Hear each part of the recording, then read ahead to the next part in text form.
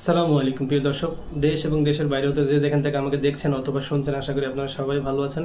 আবারও নতুন একটি পর্ব নিয়ে আপনাদের মাঝে হাজির হয়েছে আমি অ্যাডভোকেট ইউসুফ। নিয়মিত আইন চর্চা করছি। আজকে আপনাদের সাথে আলোচনা করব ডিভোর্সের আদ্যোপান্ত বিষয় নিয়ে। ইতিপূর্বে আমি কিন্তু ডিভোর্সের বিষয়ে আরও একটি ভিডিও দিয়েছি এই ইউটিউব চ্যানেলে, সেটি দেখবেন এবং এইটি বিস্তারিত আলোচনা করব। তো পুরো ভিডিওটি না টেনে আমার সঙ্গেই থাকবেন এবং আপনি যদি আমার এই চ্যানেলে নতুন দর্শক হয়ে থাকেন তাহলে অবশ্যই চ্যানেলটিকে সাবস্ক্রাইব করবেন এবং পাশে থাকার জন্য বেল আইকনটি চালু করে রাখবেন এবং আপনাদের মূল্যবান মতামত অবশ্যই কমেন্টের মাধ্যমে জানাবেন। প্রিয় দর্শক, ডিভোর্সের কিছু সংজ্ঞা প্রদান করে চলুন দেখে আসি কি বলা আছে।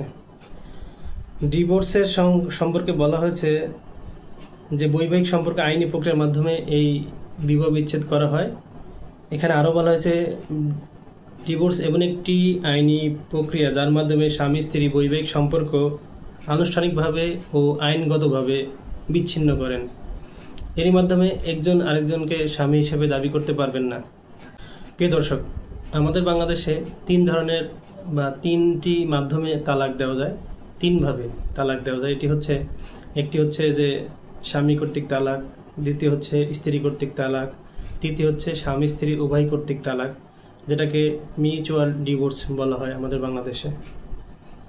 এই তিনভাবে আপনারা চাইলেই আপনাদের স্বামী বা স্ত্রীকে আপনারা ডিভোর্স প্রদান করতে পারেন। প্রিয় দর্শক, এরপরে আমরা আলোচনা করতে পারি বাংলাদেশে ডিভোর্সের হার এত দিন দিন বৃদ্ধি পাচ্ছে কেন, সেই কারণ কি, সেই কারণগুলো জানবো। প্রিয় দর্শক, প্রথমেই পারস্পরিক বোঝাপড়ার অভাব। ডিভোর্সের প্রথম কারণ হচ্ছে পারস্পরিক বোঝাপড়ার অভাব। দ্বিতীয় হচ্ছে বিশ্বাসঘাতকতা থাকে। আবার তৃতীয় হচ্ছে যে শারীরিক এবং মানসিক যেই নির্যাতন সেটি থাকে। তারপর হচ্ছে আর্থিক সমস্যার কারণে কিন্তু ডিভোর্স হতে পারে। তারপরে দাম্পত্য জীবনে আগ্রহ হারানো বা কোনো কারণে আপনার দাম্পত্য জীবন ভালো লাগছে না, এই কারণে কিন্তু ডিভোর্স হতে পারে।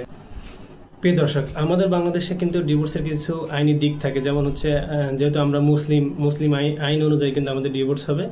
এবং আমাদের বাংলাদেশে আরও বেশি আছে, যেমন হিন্দু ধর্ম, খ্রিস্টান ধর্ম।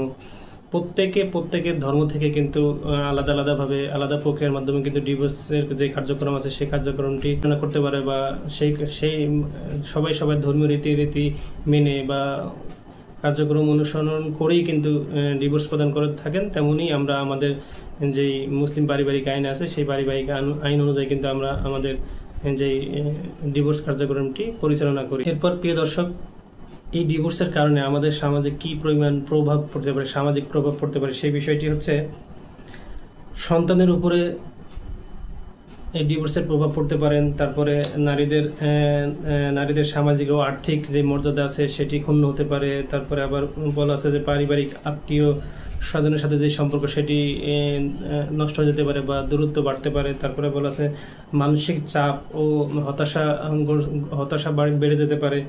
এই নানান দিক আছে যে এই দিকগুলোর কারণে কিন্তু এই ডিভোর্সের পরে কিন্তু মানুষের এই দিকগুলো কিন্তু প্রতিফলিত হচ্ছে, মানে ডিভোর্সের কারণে। এই ডিভোর্স থেকে বাঁচার জন্য করণীয় কি বা কি সমাধান, এটি কেন হচ্ছে, কি কারণ হচ্ছে, এই বিষয়গুলো কিন্তু আমাদের লক্ষ্য রাখতে হবে। প্রিয় দর্শক, ডিভোর্স দেওয়ার বা সিদ্ধান্ত নেওয়ার আগে অবশ্যই এই বিষয়গুলো ভাববেন যে কি কারণে ডিভোর্স হচ্ছে। আপনারা একটু পারিবারিকভাবে বসেন, খোলামেলা আলোচনা করুন এবং যদি আপনাদের সন্তান থাকে সন্তানের উপর সেই প্রভাবটি পড়বে সেই বিষয়টি লক্ষ্য রাখবেন। এরপরে হচ্ছে পারিবারিকভাবে বা একাকিত্বভাবে কাউন্সেলিং একটা দরকার, খোলামেলা আলোচনা যেটা কাউন্সেলিং বলে, যেটার মাধ্যমে কিন্তু আবার সম্পর্কটা পুনরায় স্থাপন করা যায় সেই বিষয়টি আছে। এরপর আছে উভয় পক্ষের মধ্যে খোলামেলা আলোচনা করা। তারপরে এরপর আছে সন্তানের মঙ্গলকে অগ্রাধিকার দেওয়া, সেই বিষয়টা আছে। এরপরে ডিভোর্সের পরে সামাজিক যেই আত্মমর্যাদা আছে সেটা কি ক্ষুণ্ণ হচ্ছে কিনা সেই বিষয়ে লক্ষ্য রাখা। তো সব বিষয় মিলে যদি এই সব বিষয় ওভারটেক করে বা ওভারকাম করে যদি আপনার সম্ভব হয় তাহলে সম্পর্কটা ধরে রাখুন। আর যদি কোনো কারণে এরপর যদি সম্পর্ক প্রতিস্থাপন করা সম্ভব হচ্ছে না অথবা টিকিয়ে রাখা সম্ভব হচ্ছে না, সেই কারণে কিন্তু ডিভোর্সটি সম্পূর্ণ করতে পারেন, সেই ক্ষেত্রে আইনগত কোনো বাধা থাকবে না। প্রিয় দর্শক, সব বিষয় মিলে আমার ভিডিওটি যদি ভালো লেগে থাকে তাহলে অবশ্যই চ্যানেলটিকে সাবস্ক্রাইব করবেন, পাশে থাকবেন এবং